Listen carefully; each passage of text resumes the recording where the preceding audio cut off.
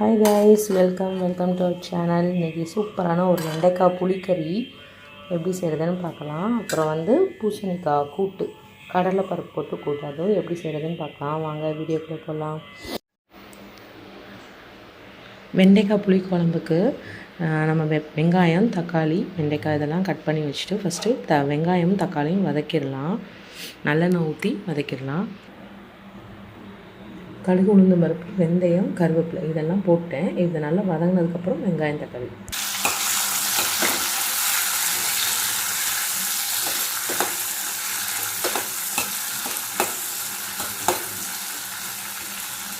இது நல்லா பாதி வதங்கினதுக்கப்புறம் வெண்டைக்காய் போட்டு வதக்கிக்கலாம். இந்த அளவுக்கு பாதி வெந்ததுக்கப்புறம் வெந்துச்சு. பாதியே நம்ம வெண்டைக்காவை போட்டுடலாம்.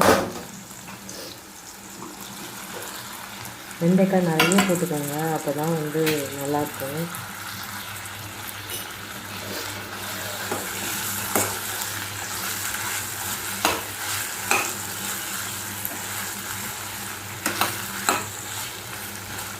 கொஞ்சம் வதக்கிக்கோங்க. வதக்கினதுக்கப்புறம் தண்ணி ஊற்றி வேக வச்சுக்கலாம். இந்த அளவுக்கு வெண்டைக்காய் வெந்ததுக்கப்புறம் தண்ணி ஊற்றி வேக வச்சுக்கலாம்.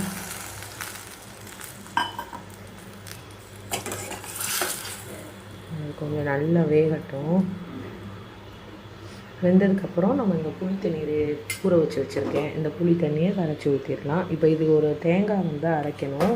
அதை அரைச்சிடலாம். என்னென்னு பார்த்துடலாம். குழம்புக்கு தேங்காய் அரைச்சிடலாம். தேங்காய், ஜீரகம், வெள்ளைப்பூடு, சின்ன வெங்காயம் இதை போட்டு நல்லா அரைச்சிடலாம். கொஞ்சம் பரபரன்னு அரைச்சிக்கோங்க.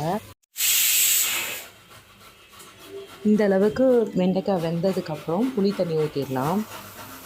புளி தண்ணி ஊற்றி 2 நிமிஷம் கொதித்ததுக்கப்புறம் 1.5 ஸ்பூன் வத்தப்பொடி, அப்புறம் மஞ்சள் பொடி போட்டுக்கோங்க. இதுக்கு தேவையான உப்பு ஃபஸ்ட்டே போட தேவையில்லை. ஏன்னா வெண்டைக்காய் ரொம்ப நொழின்னு ஒரு மாதிரி வரும். ஸோ இந்த ஸ்டேஜில் நீங்கள் உப்பு போட்டால் கரெக்டாக இருக்கும். மல்லித்தூள் 3 ஸ்பூன் போட்டுக்கோங்க.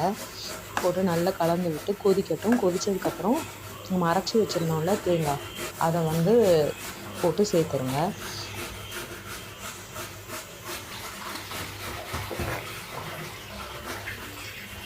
தேங்காய் போட்டு ஒரு 5 மினிட்ஸ் 5 to 8 மினிட்ஸ் சிம்மில் வச்சு நல்லா கொதிக்க விடுங்க.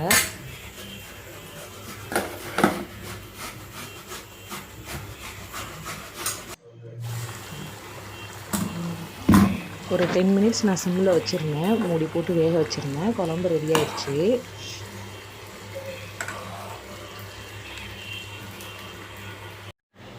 அப்புறம் சக்கரை பூசணிக்காக கட் பண்ணி வச்சுருக்கேன். இது கடலைப்பருப்பு ஊற வச்சு வச்சுருக்கேன்.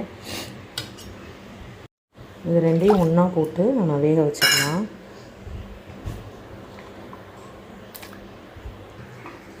இது ஒரு 2 விசில் வச்சா போதும், இல்லாட்டா ரொம்ப குழஞ்சிடும்.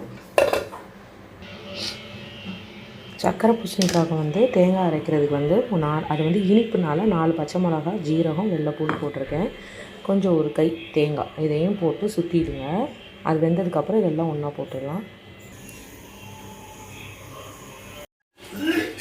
சக்கரை பூசணிக்காய் வெந்துருச்சு. இப்போ நம்ம அரைச்சி வச்சிருந்தோம்ல அந்த தேங்காவை கொஞ்சமாக எடுத்து போட்டுக்கிறேன். நிறையா தேங்காய் இருந்தது, ஸோ நான் கொஞ்சமாக தான் போட்டிருக்கேன். இது ஒரு 5 மினிட்ஸ் வெந்தால் போதும். ஏன்னா அது கொஞ்சம் குழஞ்சிருச்சு. இப்போ என்னோடது கொஞ்சம் ஒரு 5 மினிட்ஸ் வச்சுட்டு தாளித்து ஊற்றிடலாம். தேங்காய் எண்ணெய் ஊற்றி நான் தாளிச்சிருக்கேன். தேங்காய் எண்ணெய், கடுகு, உளுந்து பருப்பு, கருவேப்பிலை, அவ்வளோதான். சூப்பரான ஒரு புளிக்கறி, வெண்டைக்காய் புளிக்கறியும் கூட்டு பூசணிக்காய் கூட்டும் ரெடி ஆயிடுச்சு. தேங்க்யூ ஃபார் வாட்சிங்.